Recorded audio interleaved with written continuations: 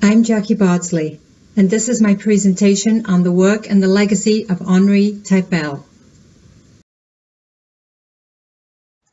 Henri Tajfel was born to a Jewish family in Poland in 1919. When World War II started, Tajfel was 20 years old and studying in France. He joined the French army and was captured in 1940, serving out the rest of the war in German prison camps, concealing his Polish heritage. When he returned to Poland after the war, he found all his family and most of his friends had been killed in the Nazi Holocaust. In 1948, he became a British citizen. He was on the faculty of the universities of Durham and Oxford, and in 1967 he moved to the University of Bristol, where he remained for the rest of his career. His personal tragedies, experiencing life in Nazi prison camps, and the loss of his family through group hatred had a significant influence on his research, which was focused on intergroup prejudice and discrimination against minorities. Tajfel believed that most intergroup conflicts were a combination of both social and psychological factors. He focused his research on the psychological influences on group behavior. I'll start by giving a quick illustration of some of Tajfel's findings, and I'll follow up with some of the underlying principles and the theoretical framework that led to social identity theory. Let's start with a population of individuals. They each have attributes such as age, race, gender, personal interests. In our example, there's no history of conflict between these people, and they aren't competing for anything. What Tajfel discovered, and this was new, was that it really doesn't matter how people are grouped. Just the fact that groups exist can be enough to trigger intergroup discrimination. Let's look at how Tajfel said this works. Tajfel put people into randomly assigned groups. For our example, let's assume that we put all the people with first names beginning with P in one group, and we put all the people with first names beginning with M in another group. So on the left, we have the Peters, the Pauls, and the Pamelas, and on the right, we have the Michaels, the Mollys, and the Maureen's. As long as they're not aware of being in a group, there's no change in behavior. However, when people are made aware that they are a group and that there is another group, their behavior starts to change. Let's say we are the P group, also known as the in group, and the M's are the out group.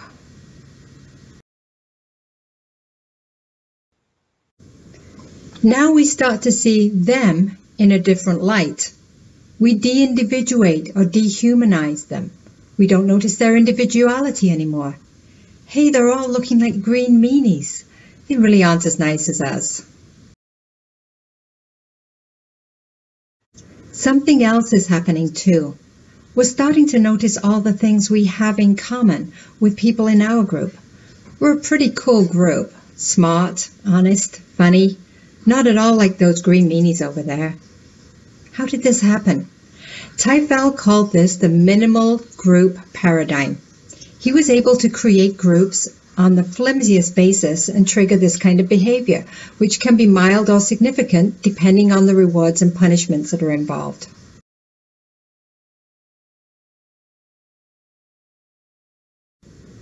Tajfel explains some of the psychological factors contributing to this kind of behavior.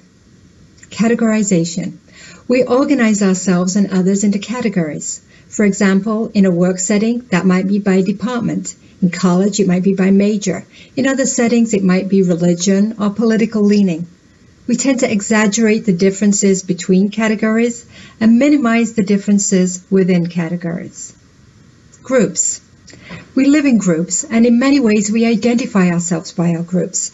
Our connection with some groups might change over time, such as our religious affiliation, political preference, classmates, our neighborhood. Other groups are ones we can't change: our age, skin color, and the country where we were born. Hostility is more likely to arise between groups than between individuals. Tajfel believed that much intergroup conflict occurs just because groups exist, and research has shown that it takes very little for a group to form. Social identity. Our personal identity and self-esteem depend in part on our social identity, our identity as members of one or more groups. Comparison. We try to boost our self-esteem by comparing our own group to others. This kind of intergroup comparison can lead to irrational thinking. For example, we think that our group deserves its successes, whereas we put our failures down to bad luck. We think their group deserves its failures. If they succeed, they were probably cheating. Stereotypes. We tend to take mental shortcuts. When we don't have enough information about someone, we assume he has the stereotypical characteristics of the groups we think he's in.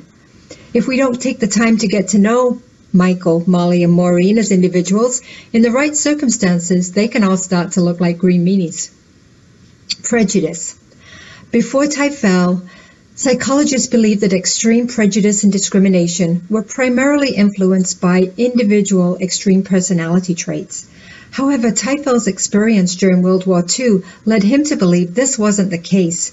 He saw large numbers of people supporting Hitler's extreme views, numbers that defied the explanation of individual personality extremes.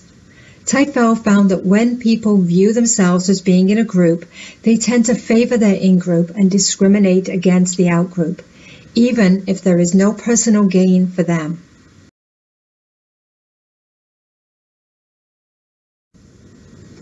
Tajfel developed social identity theory jointly with his graduate student John Turner, integrating his research on social categorization, self-concept through social identity, and intergroup comparison.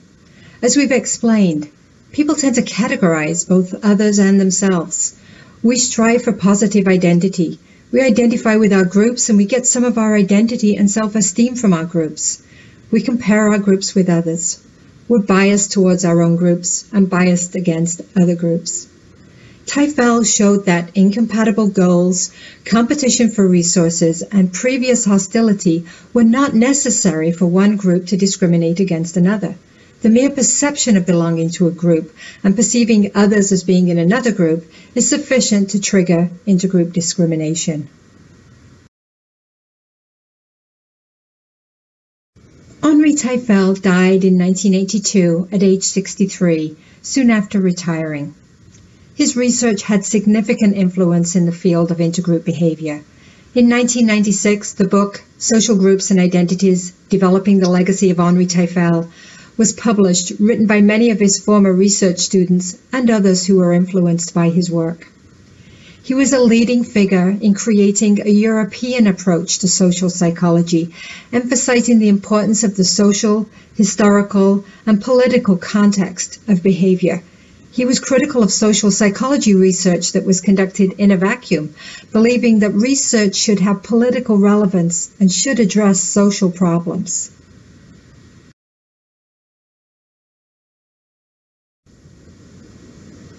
Henri Tajfel believed that social psychology should make a difference in the world. He was able to take his personal tragedies and transform them into a new body of research in group behavior.